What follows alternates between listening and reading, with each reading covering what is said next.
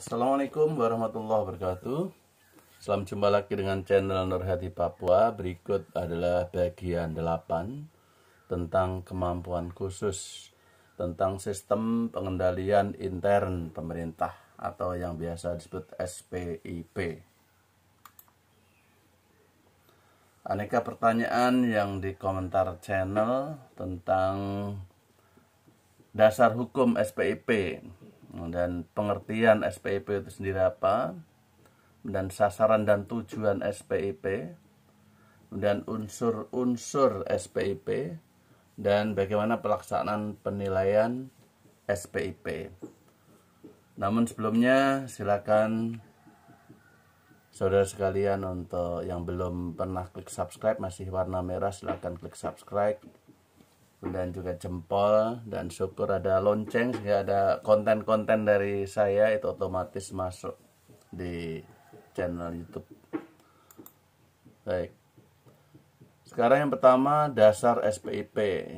Dasar SPIP itu Undang-Undang Nomor 1 Tahun 2004 sebenarnya tentang perbendaharaan negara. Karena SPIP ini secara khusus sebenarnya untuk akuntabilitas, bagaimana penyelenggaraan pemerintahan efektif, efisien, kemudian bagaimana pengelolaan keuangannya, dan seterusnya nanti akan disampaikan. Di bab 10 tentang pengendalian intern pemerintah di Undang-Undang Nomor 1 Tahun 2004 ini, bab 10-nya pasal 58, dalam rangka meningkatkan kinerja, transparansi, akuntabilitas pengelolaan keuangan negara. Nah, ini karena perbendaharaan negara ini, Presiden selaku kepala pemerintahan mengatur dan menyelenggarakan sistem pengendalian intern di lingkungan pemerintahan secara menyeluruh. Jadi SPIP ini harus dilakukan menyeluruh, mulai pemerintah pusat sampai kepada daerah, bahkan pemerintahan desa. Sistem pengendalian intern ditetapkan dengan peraturan pemerintah. Jadi ada PP, peraturan pemerintah, sebagai turunan dari Undang-Undang 1 2004 tentang perbendaharaan negara. Seperti apa teknisnya nanti, sedangkan penilaiannya nanti ada di peraturan kepala BPKP. Baik, kita lihat di PP 60 2008. Ini turunan dari Undang-Undang 1 2004 tadi ya. Nah, oke. Ini turunannya tentang SPIP, PP 60 2008. Tolong ingat-ingat kakak-kakak yang akan tes ini tentang SPIP, PP nomor 60 tahun 2008 tentang SPIP. Nah, untuk melaksanakan ketentuan pasal 58 tadi yang kita sebut tadi, maka ditetapkanlah PP ini. Nah, apa sih pengertian SPIP? Nah, pertama sekali yaitu sistem pengendalian intern dulu. Jadi sistem pengendalian intern itu proses yang integral pada tindakan, kegiatan yang dilakukan secara terus-menerus. Jadi SPIP ini, sistem pengendalian intern ini dilakukan terus-menerus oleh pimpinan dan seluruh pegawai untuk memberikan keyakinan yang memadai tercapainya tujuan organisasi. Jadi terpenting dari SPIP ini dilaksanakan untuk memberikan keyakinan yang memadai agar tercapai tujuan organisasi. Jadi OPDA misalnya mengurusi tentang kependudukan pencatatan sipil misalnya. Nah, tujuan organisasinya apa? Nah, itu dengan adanya SPIP ini akan ada jaminan yang memadai bahwa tujuan layanan kependudukan ini betul-betul tercapai. Itulah yang utama, yaitu tujuan organisasi. Melalui kegiatan apa? Melalui kegiatan organisasi secara efektif, efisien, andal, pelaporan keuangan yang bagus, yang transparan, akuntabel, kemudian pengamanan aset negara. Jadi bukan hanya keuangan saja.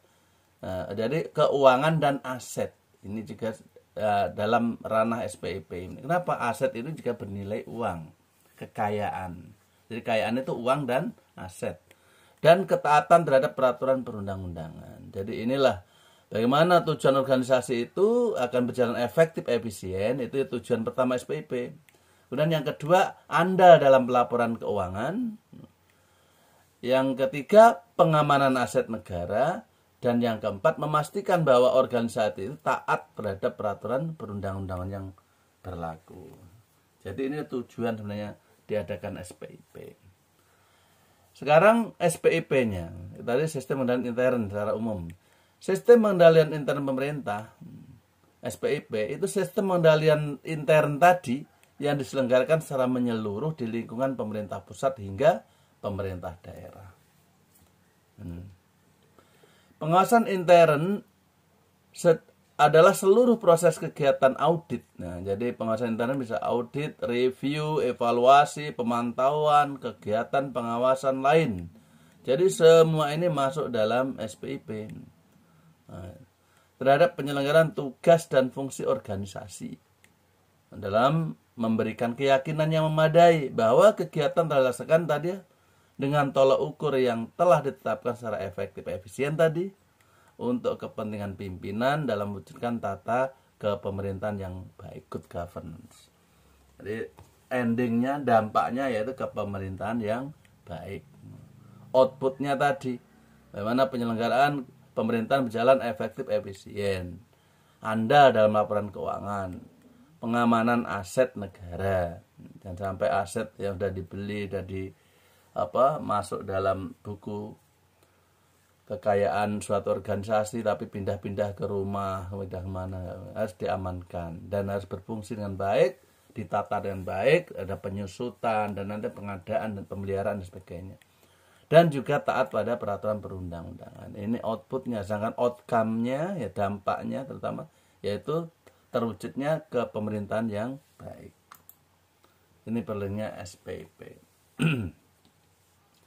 Untuk mencapai pengelolaan keuangan negara yang efektif, efisien, transparan, akuntabel, maka menteri atau pimpinan lembaga non-kementerian, ya, contohnya BPKP, dalam hal ini gubernur dan bupati wali kota wajib melakukan pengendalian atas penyelenggaraan kegiatan pemerintahan.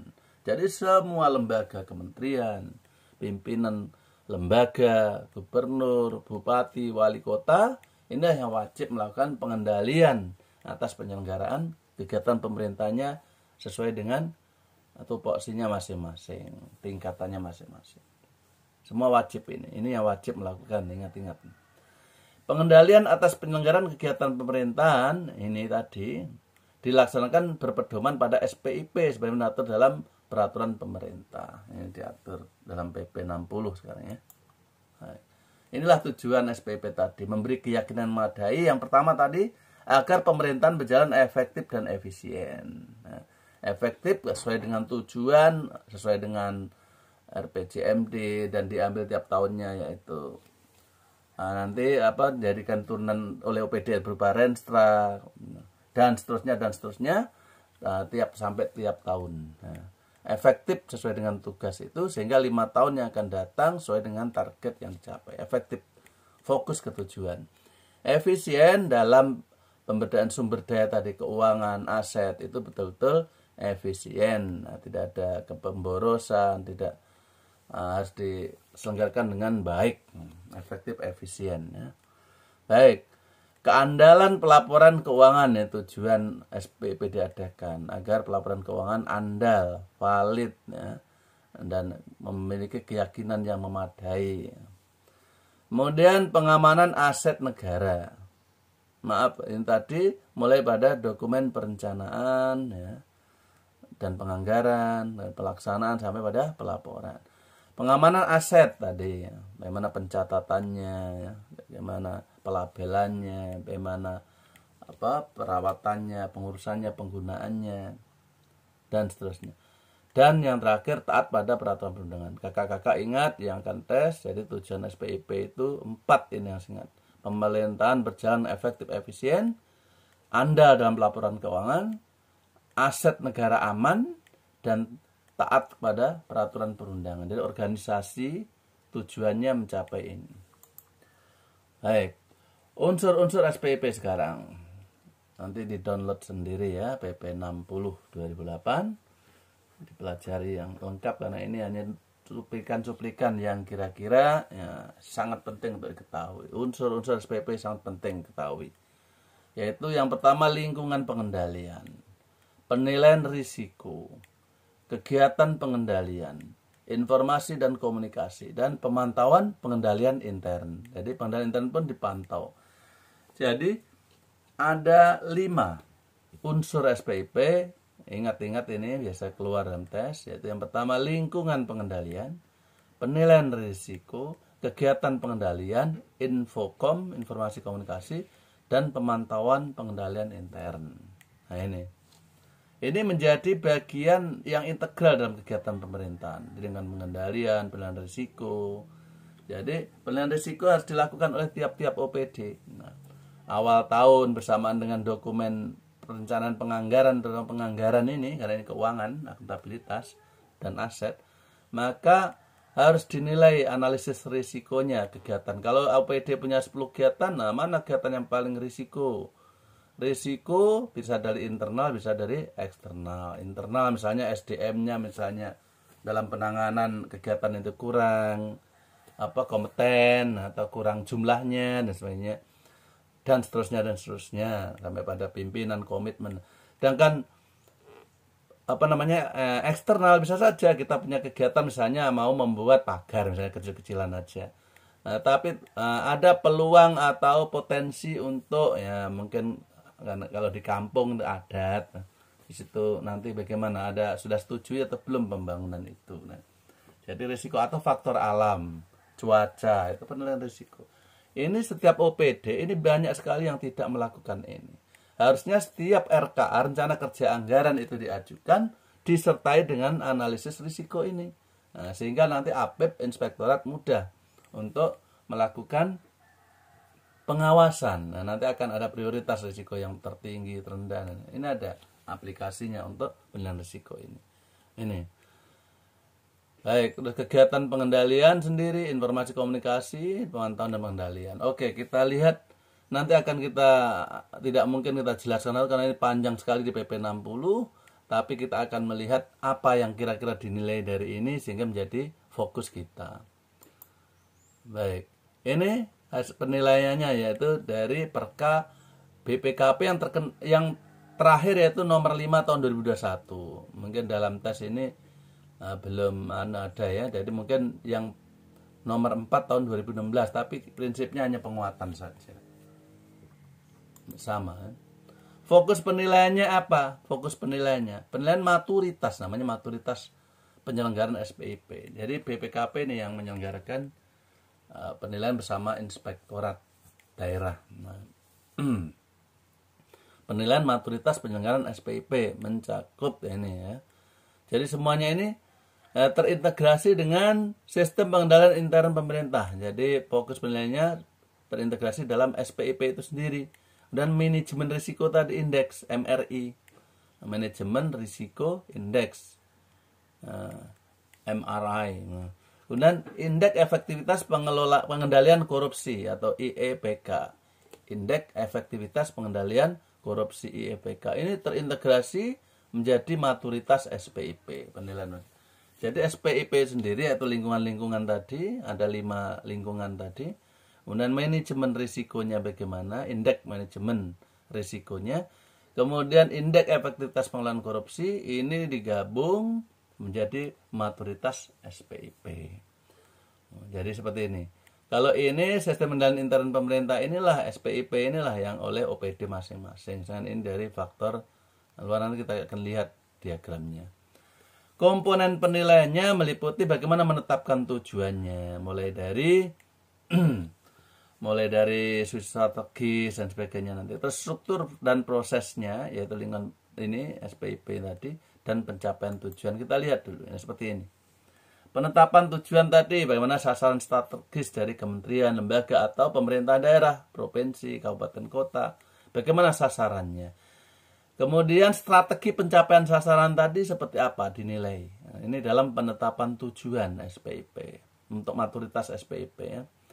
Kemudian dari sini, kemudian bagaimana struktur dan proses yaitu SPIP, yaitu unsur SPIP sendiri ya 5 tadi. Lingkungan pengendalian, penilaian risiko, bagaimana dilakukan, kegiatan pengendaliannya bagaimana dilaksanakan, komunikasi dan informasinya, bagaimana, kemudian pemantauannya dilakukan seperti apa. 5 ini, 5 inilah sebenarnya unsur-unsur SPIP dalam struktur dan proses. Kemudian tujuan dilaksanakannya ini apa? Yaitu pencapaian tujuan SPIP. Ada 4 tadi, bagaimana pemerintahan dana efektif efisien, bagaimana keandalan dalam pelaporan keuangan, bagaimana pengamanan aset negara atau barang milik daerah, BMD. Kemudian taat terhadap peraturan perundangan tidak organisasi tersebut atau OPD tersebut. Nah, ini tadi yang kita sebut. Kalau semua ini terjadi, maka akan dilihat lagi bagaimana indeks manajemen risikonya MRI ini ya, tadi, dan nilai maturitas SPIP-nya yaitu ya, tadi IEPK tadi yang kita sebut tadi ya, IEPK tadi. Oke. Indeks efektivitas pengendalian korupsi. Kemudian bagaimana level kapabilitas APEP-nya, apa level masih 1, 2 atau sudah 3 untuk nasional. RPJMN sekarang 3 ya kapabilitas, contohnya seperti itu.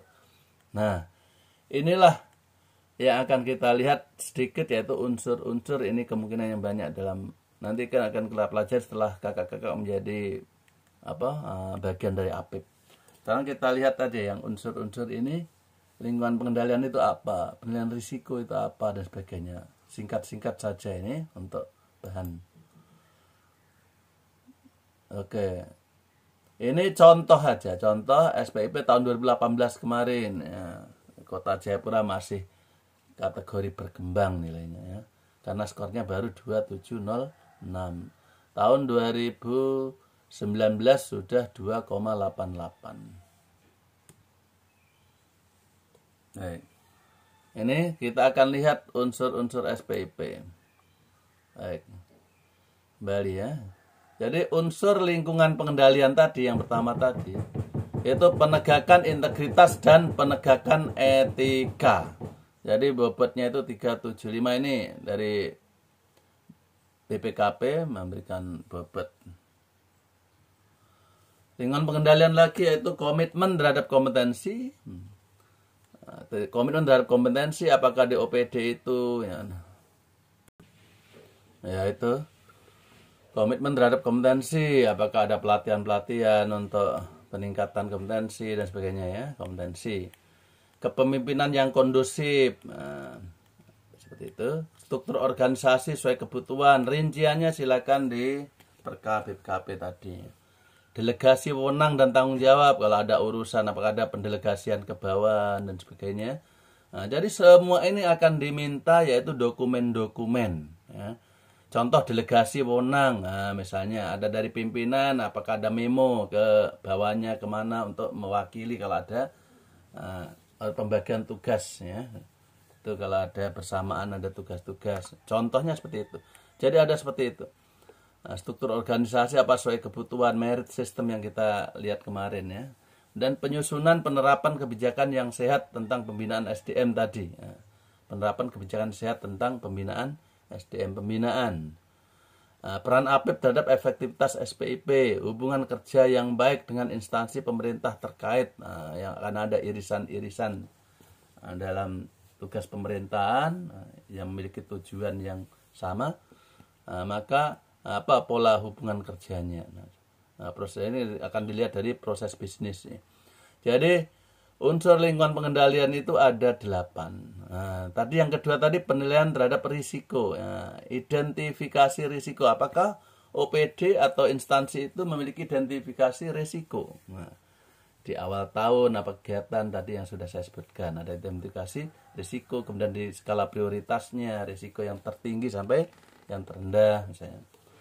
Kemudian analisis risiko. Jadi identifikasi kemudian dianalisis tadi. Baik. Itu bobotnya 10-10.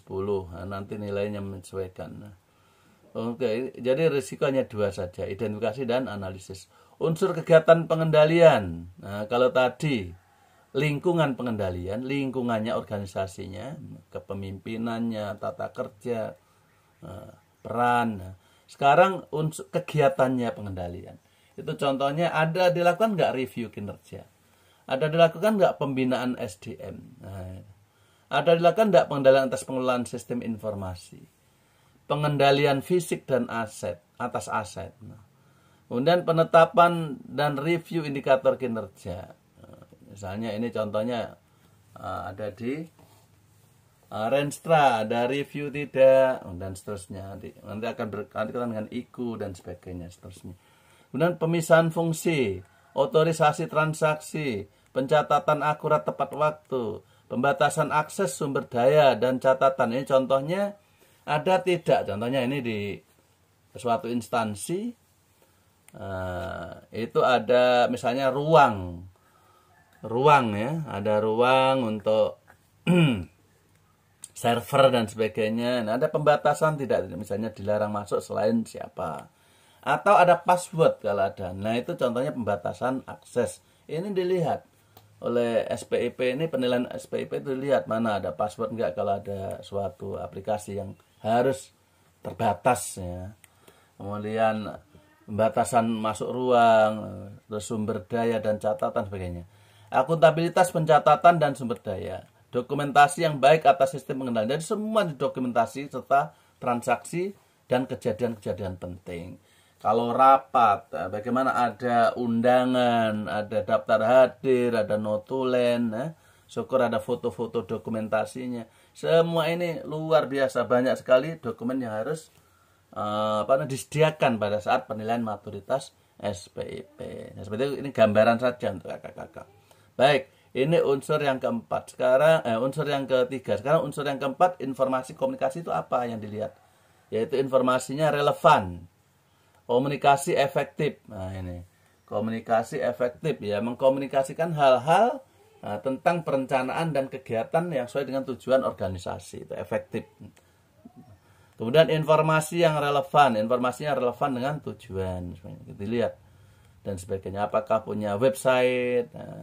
Websitenya isinya apakah sekitar kalau APIP ya tentang ya tujuan organisasi. Nah, itu yang keempat. Dan unsur yang kelima, yang terakhir yaitu unsur pemantauan. Baik, pemantauan ini sifatnya berkelanjutan. Pemantauan berkelanjutan. Nah, jadi pemantauan berkelanjutan itu ya ada kaitan dengan yang lain seperti apa capaiannya. Nah, sekarang seperti apa? Nah, ke depan bagaimana? Itu namanya pemantauan berkelanjutan. Dan evaluasi terpisah. Nah, inilah unsur-unsur SPIP yang kakak-kakak perlu ketahui. Minimal tahu ada 5 unsur SPIP. Yang pertama lingkungan pengendalian, kedua penilaian risiko, unsur kegiatan pengendalian, kegiatannya. Kalau tadi lingkungan, sekarang kegiatannya ya, pengendalian. Dan unsur informasi komunikasi, bagaimana menginformasikan daripada kegiatan-kegiatan organisasi yang relevan dan efektif. Kemudian yang terakhir pemantauan yang sifatnya berkelanjutan dan evaluasi terpisah. Nah, nanti nilai-nilai ini ini nilainya yang paling kanan ini. Nilai-nilai yang diperoleh misalnya berapa? 2,706. Nah, maka di Perka BPKP tadi akan ada ini interval penilaian. Interval skor. Kalau skornya baru 1 sampai 2,00 itu baru rintisan.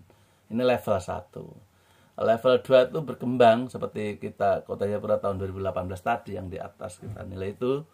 Yaitu nilai 2, tadi kan 2, berapa tadi? 6 sekian. Nah, tahun 2019 2,88. Berarti masih interval antara 2 sampai 3. Masih berkembang. Kalau sudah 3, itu berarti level 3 itu terdefinisi. 3 sampai 4. Kemudian sudah terkelola dan terukur itu kalau sudah 4 sampai 4,5. Optimal itu sampai 4,5 ke atas. Nah, itu. Ini adalah level-level yang diberikan oleh maturitas APIP level 1 sampai level 5, rintisan sampai optimum. Seperti itu kurang lebih. Jadi kakak sekalian, kita sudah pelajari tentang SPIP yang unsurnya tadi ada 5 tadi ya. Lingkungan pengendalian, penilaian risiko. Kapan dilakukan tadi? Setiap awal tahun. Nah, kegiatan harus dinilai risikonya semuanya. Untuk apa? Untuk pengendalian. Kalau kita nggak punya penilaian risiko tadi, maka tidak menganalisisnya. Kira-kira kegiatan, misalnya ada 5 kegiatan di OPD itu, dan kita sudah analisis risiko, sudah diidentifikasi risikonya apa-apa saja, lingkungan risiko dalam maupun risiko dari faktor luar. Sudah identifikasi ini sudah kita analisis, termasuk risiko tadi adalah uang. Kalau uangnya besar itu risikonya lebih tinggi jumlah uang anggarannya ya untuk kegiatan tersebut.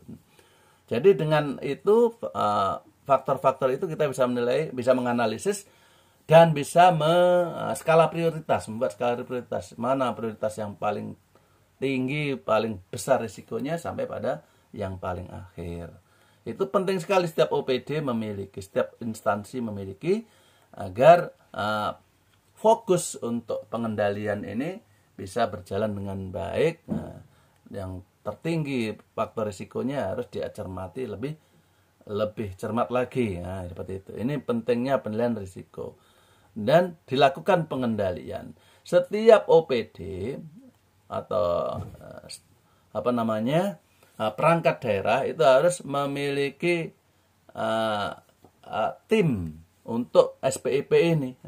Jadi pimpinannya harus membentuk tim ya. Sistem pengendalian intern pemerintah yang ada di OPD, khusus OPD-nya. Untuk mencermati tadi ya kegiatan-kegiatan risiko tadi yang dilakukan oleh pejabat-pejabat yang ada di situ sesuai dengan tugas dan kewenangannya selama 1 tahun ini ya. Dilakukan pengendalian, ada tim, kemudian ada rencana aksi, ada rencana atau program untuk pengendalian, dan dijadwalkan kapan melakukan ini, mungkin per triwulan. Ada laporannya. Jadi seperti itu. Jadi ada monitoring evaluasi pengendalian dan ada pelaporannya. Pimpinan OPD atau perangkat daerah di situ sangat bertanggung jawab atas hal ini bersama tim tadi. Dan pemerintah daerah, jadi bupati, wali kota, gubernur harus memiliki yaitu berupa peraturan kepala daerah tentang SPIP ini. Ada tim SPIP tingkat kota, tingkat provinsi, tingkat kabupaten tadi ya, ada untuk melaksanakan pengendalian intern tadi. Jadi tingkat kota ada, tingkat kabupaten kota ada, tingkat pemerintah daerah, dan juga tingkat OPD. Itu harus ada. Ada tim, ada rencana aksinya, ada kegiatan monitoring evaluasinya atas risiko tadi, dan ada pelaporannya. Kemudian dilaporkan juga semua kegiatan, informasinya bagaimana, efektif, efisien, tidak komunikasinya. Itu informasi komunikasi harus lengkap sehingga kita transparansi, akuntabel, terutama menyangkut apa tadi, keuangan dan yaitu aset. Bagaimana pelaporannya dan seterusnya, dan pemantauan. Demikian kurang lebih tentang unsur-unsur SPIP. Mudah-mudahan bermanfaat. Silakan buka karena ini sangat tebal, yaitu Perka BPKP nomor 5 tahun 2021. Dan penilaiannya sekarang sudah memakai aplikasi. Jadi dibentuk tim-tim juga, dibentuk tim-tim untuk penilaian baik tingkat unit, kemudian di tingkat OPD, dan juga di tingkat pemerintah daerah maupun sampai pada tingkat pusat atau nasional.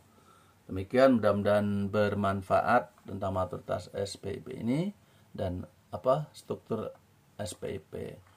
Kakak sekalian, mudah-mudahan bermanfaat. Kita sudah mempelajari dasar hukum SPIP, pengertiannya, sasaran dan tujuannya, unsur-unsurnya, dan bagaimana melaksanakan penilaian maturitas SPIP. Demikian, mudah-mudahan bermanfaat. Assalamualaikum warahmatullahi wabarakatuh.